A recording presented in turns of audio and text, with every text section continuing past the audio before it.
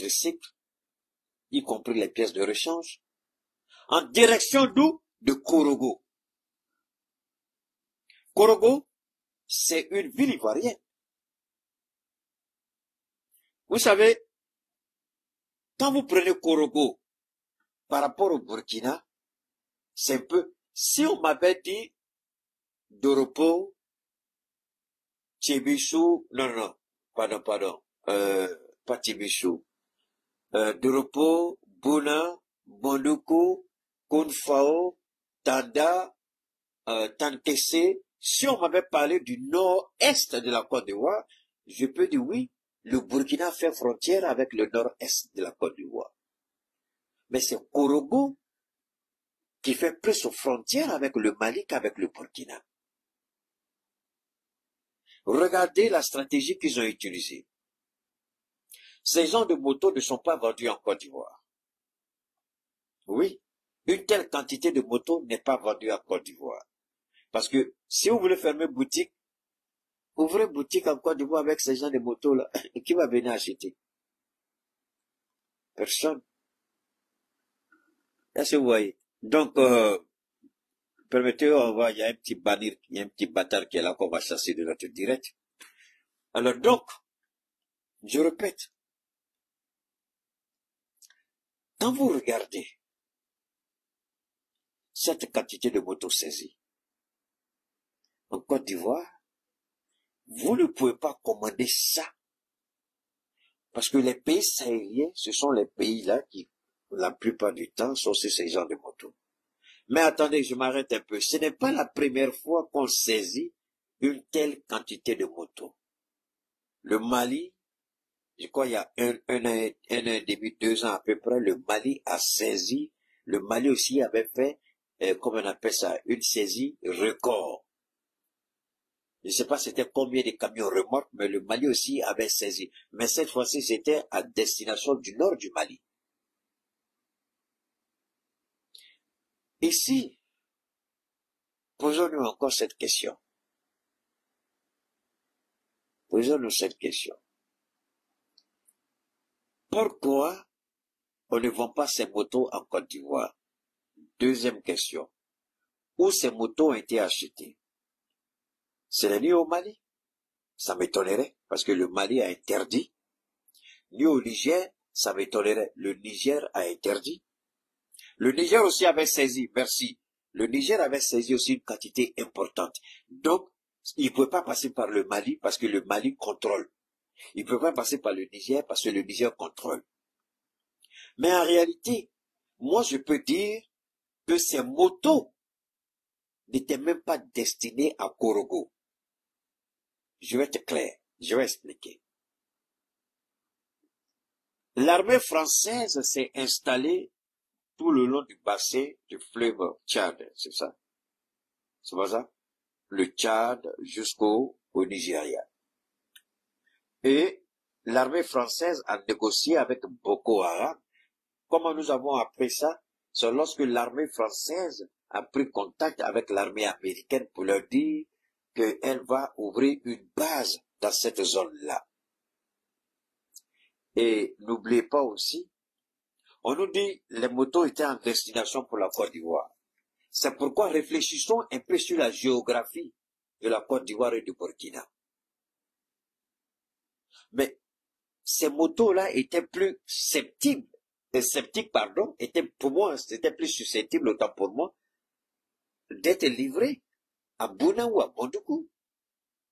Parce que si c'est par le Burkina, vous allez devoir entrer par Bouna, et puis vous dirigez vers Bondoukou, vers Korogo. C'est-à-dire, vous allez descendre encore Bondoukou jusqu'à revenir vers le centre là, je sais pas, et puis remonter pour aller à Korogo. La trajectoire, j'invite tout le monde après le direct à aller regarder la ville de Korogo et puis regarder Burkina. Posez-vous cette question, est-ce que réellement les motos étaient destinées à Korogo? Mais n'oubliez pas qu'on est tombé sur une information selon laquelle les terroristes recrutaient dans cette zone, dans le nord-est de la Côte d'Ivoire. Les terroristes se recrutaient puisque les mêmes terroristes évitaient l'armée et l'armée les évitait. Mais une telle quantité de motos ne pouvait pas seulement être destinée à ces terroristes. Les gens avaient commencé à recruter et je suis tellement content. Vous vous rappelez de lorsque j'ai fait l'intervention sur Djibo? Vous vous rappelez ce que j'avais dit? Qu'il y avait deux nids de recrutement des terroristes, la Côte d'Ivoire et le Nigeria. Dieu merci, allez regarder. Beaucoup de gens s'étaient limités à décortiquer l'exploit des BDP, des FDS. Mais le nid de recrutement, beaucoup avaient omis d'en parler. Après notre intervention, je crois que beaucoup se sont rappelés qu'il fallait en parler. Et les gens ont commencé à décortiquer, les gens ont commencé à en parler, les gens ont commencé à se poser les questions. Attention, attention. La Côte d'Ivoire. C'est pourquoi quand ce vieillard menteur pathétique, congénital, ce président qui est maudit, qui ment, le credo de la Côte d'Ivoire a toujours été la paix. Mais un idiot, mais il n'a pas honte là. Ça dit, ce monsieur insulte même l'intelligence des Ivoiriens. Il insulte même le monde. Quelqu'un qui a imposé un embargo au Mali, terrestre, aérien, bloqué le compte d'opération du Mali. C'est comme ça que vous recherchez la paix. Quelqu'un qui était prêt à envoyer des troupes au Niger, faire la guerre au Niger pour installer Bazoum. Alors que celui qui fait la paix, parce que ici, je vous ai dit une chose, le prix Félix Houphouët-Boigny, c'est le prix pour la recherche de la paix. Et cette merde, cette canaille, ce maudit le président appelé Ouattara, n'a jamais recherché la paix. La preuve, les 3000 morts, il devrait s'en souvenir. Quand vous recherchez la paix, vous avez l'humilité de reconnaître vos torts et vos erreurs. Quand vous recherchez la paix, vous désarmez votre cœur. Combien de fois au RHDP, on a tué des Ivoiriens et ils n'ont jamais présenté leurs excuses. Des procès scandaleux, ça c'est pas la recherche de la paix. Des condamnations fallacieuses, mensongères, sans aucune preuve, ça ce n'est pas rechercher la paix. Laurent Gbagbo, condamné sans aucune preuve. Soro Guillaume, condamné sans aucune preuve. Ahmed Bagayoko liquidé, Gonkoulibaly liquidé, Ouattao liquidé, Amadou Smaoro liquidé. Plus de 10 000 Ivoiriens tués sans jamais présenter, alors que la recherche de la paix impose que vous désarmez votre cœur. En désarmant votre cœur, vous désarmez votre langage, votre façon de parler. Mais ce vieux criminel-là, Alassane Ouattara, il n'a jamais fait ainsi. Il a toujours voulu manipuler les Ivoiriens. Il a toujours voulu manipuler les Ivoiriens. Alassane Ouattara est un menteur. Et Dieu merci, les événements se suivent. Les Ivoiriens ne sont pas dupes. Le monde n'est pas dupe. On sait ce qu'il est en train de faire. On sait ce qu'il a fait. Quand vous voulez la paix, vous favorisez le dialogue. L'opposition ivoirienne court après ce voleur, ce criminel, ce fossoyeur de président. Il n'a jamais voulu et il n'est même pas prêt. Maintenant que le monde est en train de le découvrir, sa véritable nature qu'il a cachée. On a entendu qu'il paraît qu'il veut rencontrer les opposants, mais après son congrès. Après que son congrès l'ait choisi comme leur candidat, puisque c'est ce qu'ils vont faire, en ce moment, lui va parler aux gens. Alors, vous voyez la malhonnêteté de l'homme. Alors, des gens comme ça, là, quand Dieu va les détruire, et Allah, mais l'idiot oublie qu'il sera seul dans sa tombe. L'idiot oublie qu'il va répondre de ses actes seul. L'idiot oublie que Dieu se souviendra de tout ce qu'il est en train de faire. C'est malheureux. On va continuer d'écouter le mensonge grotesque qui sort de sa gueule puante. De la promotion de la paix Ah par le dialogue. ah. Notre nation, suivant les jalons posés par le premier président ivoirien, assure Le premier président ivoirien, regardez bien le mépris, comment il présente, alors que le prix porte le nom du fouet. Regardez le mépris, le premier président ivoirien. Regardez comment il veut effacer au feu moyen de la mémoire des Ivoiriens. Hé, Ivoiriens, réveillez-vous, réveillez-vous.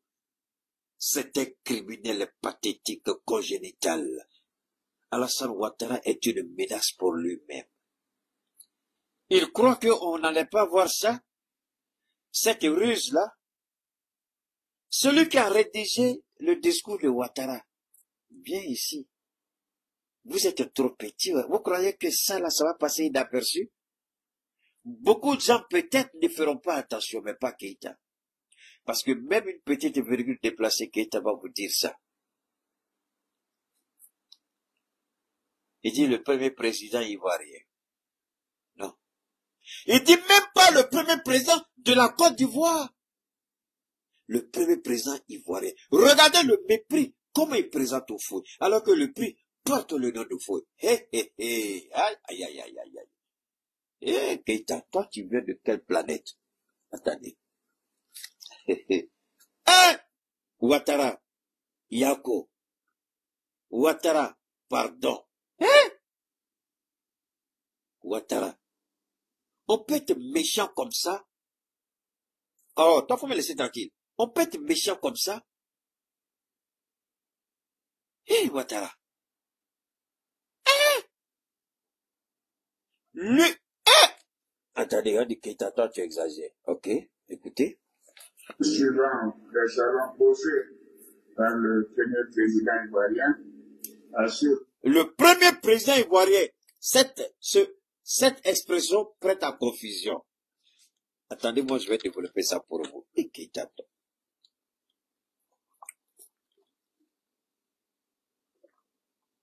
Le premier président ivoirien. Ça ne veut pas dire le premier président de la Côte d'Ivoire. Le premier président ivoirien. C'est un... Et Alassane Ouattara, je savais que tu étais méchant, malhonnête, voleur, cupide, escroc, corrompu, manipulateur, mais je savais pas que tu pouvais... Tiens, dans tout ce que j'ai dit de toi, les petits dés. J'ai dit, quand vous arrivez chez Keïta, vous vous asseyez, et puis Keïta vous enseigne. Il est le maître à parole, de la parole vraie. Le maître de la parole, le baobab de Dieu, maître de la parole. Lui, tu maîtrises, c'est Keïta. Ah, je comprends pourquoi les gens du RHDP là sont venus dans mon sommeil et puis ils essaient de me menacer. Ha ha! Déjà, je connais leur président plus qu'il ne se connaît lui-même. Le premier président ivoirien, c'est une insulte. Ah, on dit quoi? C'est une insulte, c'est ça? Ah, c'est une insulte, c'est une insulte. Prenez ce que vous voulez, Keïta s'en fout. Il dit toujours, il emprunte chez Molière, c'est pas pour lui. Français là, c'est pas pour moi.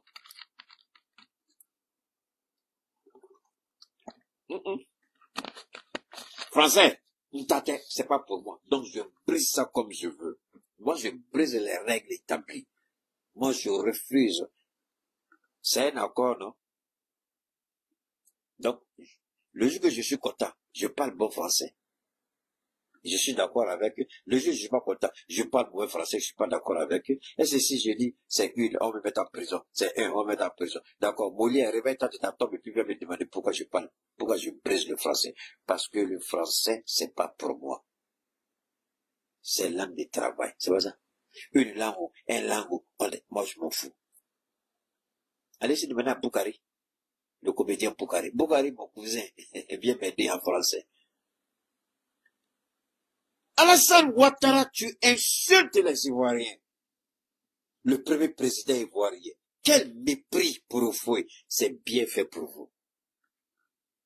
Vous croyez qu'on attaque ce minable de président-là? Vous croyez que c'est de cœur joie qu'on le fait? On est en train de vous avertir. Alors ça vient de lancer les couleurs. Même le jour même, Allah, même le prix international pour la recherche de la paix, le prix du fouet, le prix qui porte le nom du fouet. Alassane Ouattara dit le premier président ivoirien.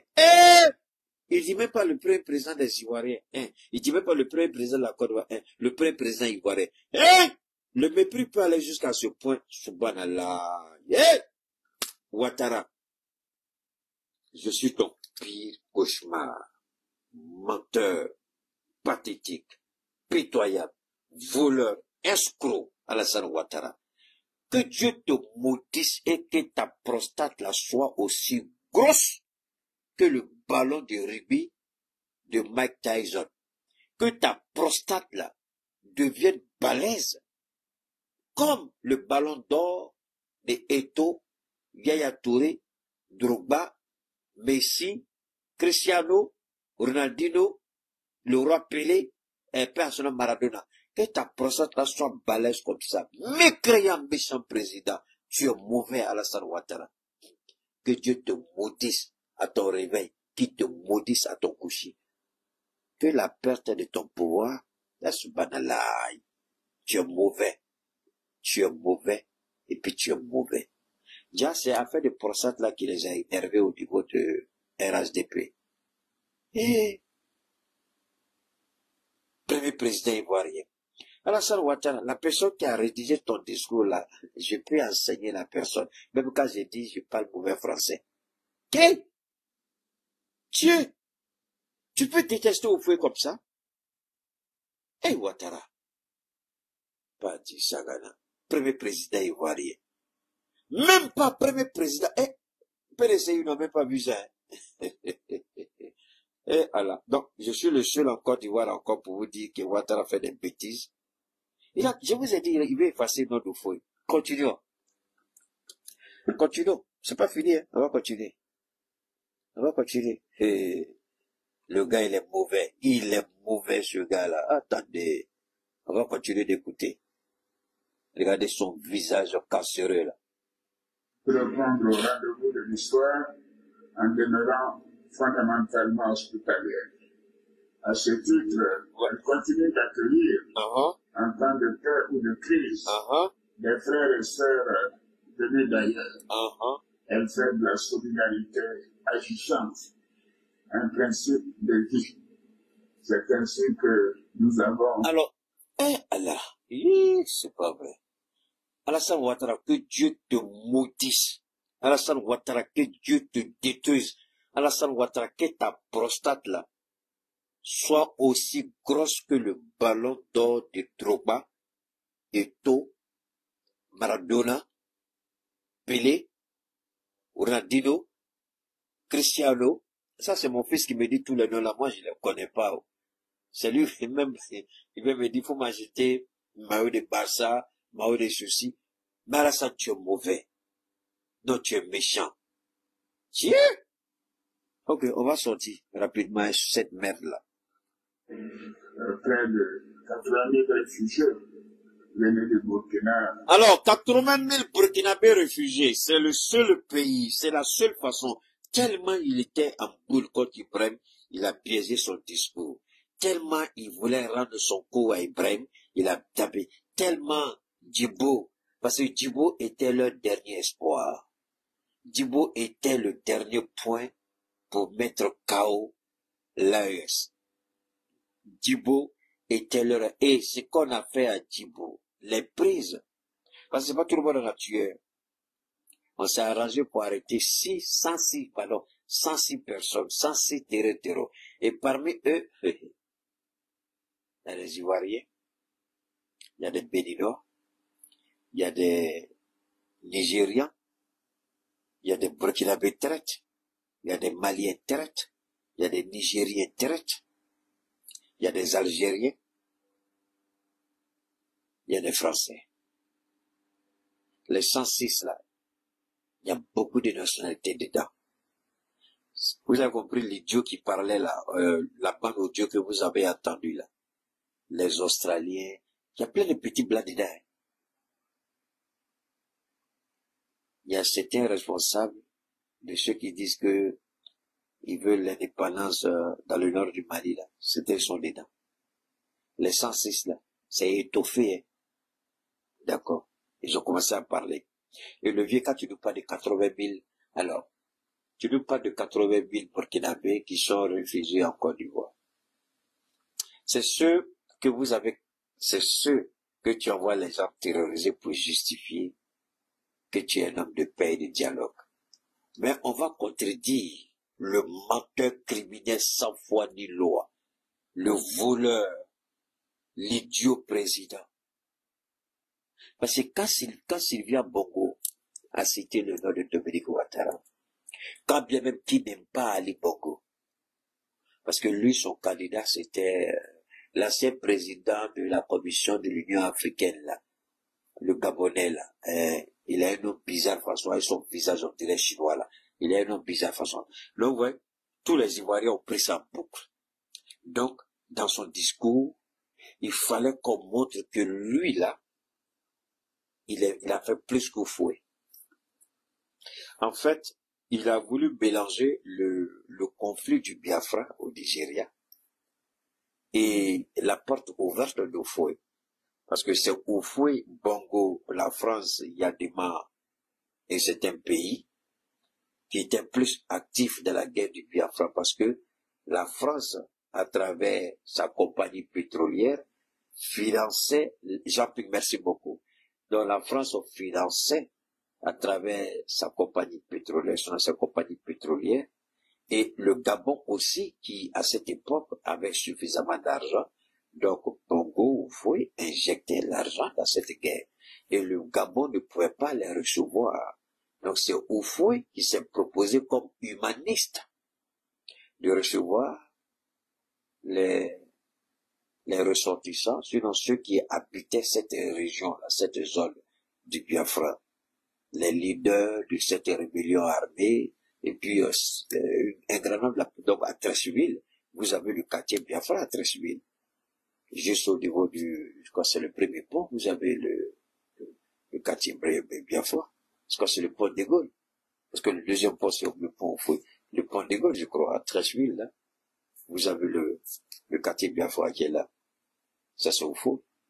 Alors, l'idiot pense qu'il peut avoir la trame de fou. Ça, on ne sait pas la même époque. Et puis, vous n'avez pas la même qualité politique. Vous n'avez pas l'aura, il est très loin de fou. Le fou était consulté. Qui le consulte, lui?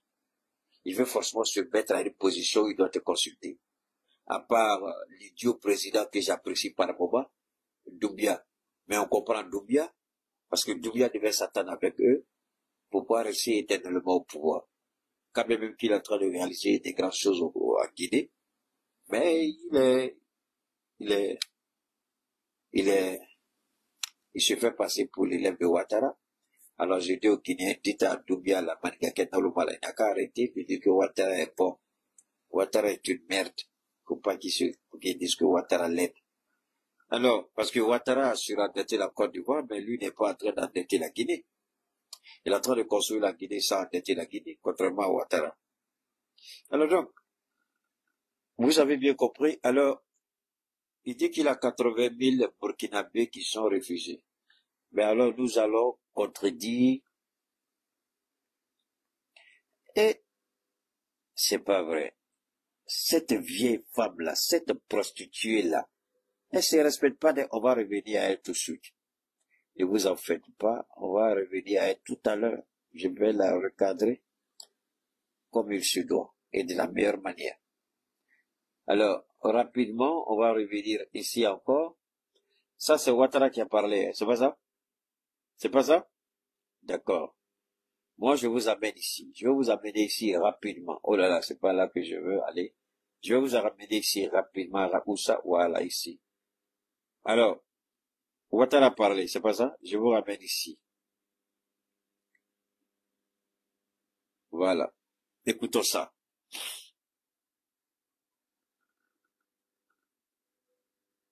Je vous ramène, oh là là. On va rapidement revenir ici.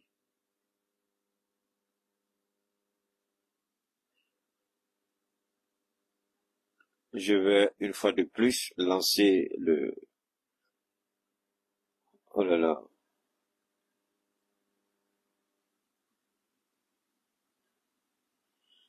Ok, permettez-moi une seconde. On va revenir rapidement là. Je vais vous, voilà, c'est ici. Voilà, on va écouter ça.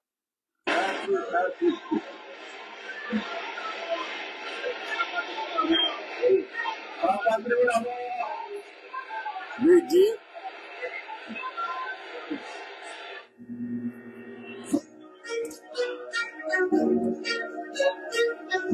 on va écouter, hein.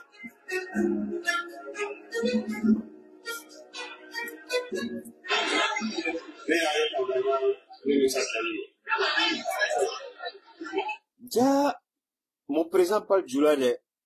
Je sais pas qui parlait Djoula comme ça. Ah, Traoré, tiens. Attendez, on va écouter le Djoula d'Ibrahim. On va écouter son malinqué. Je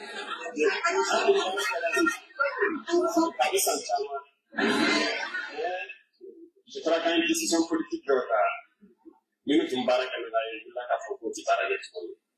au Seigneur à ton affaire. Au Sankele, il y a tout pareil. Et je sais rendez-vous. Il y a un ministère de pensée au Canada.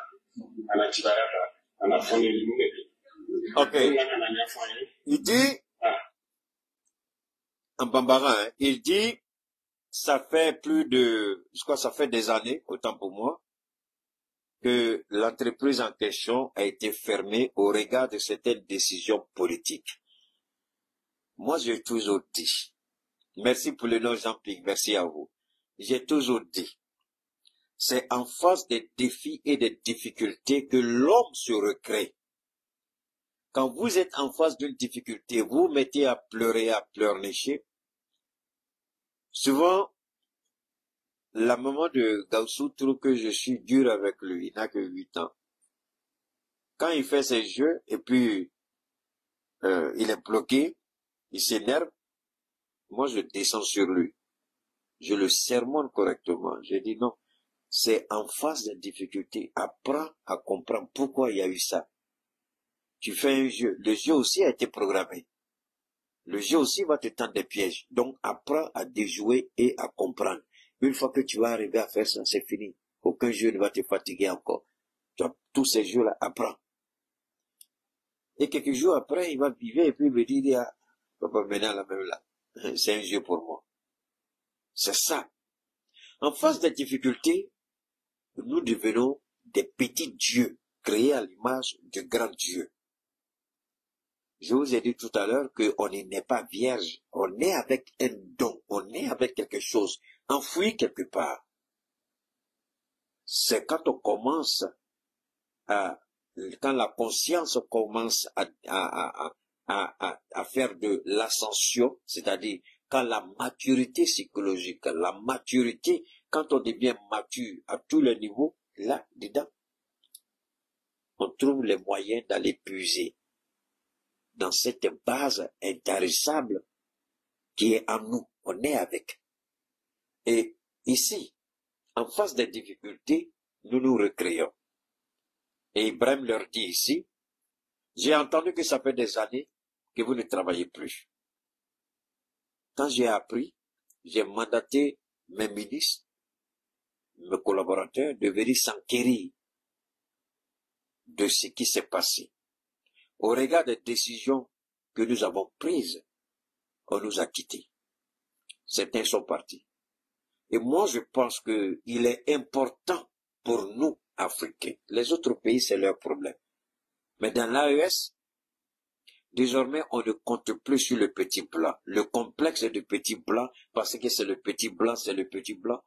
Je vais vous montrer le Niger qui a commencé, le Niger a commencé à fabriquer ses propres gilets pare-balles. Le Niger a commencé à fabriquer ses propres étuis d'armes, des poches de munitions. Le Niger a commencé à fabriquer ses propres, comment on appelle ça? Les voitures tout-terrain là, au sable là. Mais c'est fini. Vous savez, la Turquie est venue. Ça, ce sera une autre partie de notre intervention. C'est tellement doux aujourd'hui.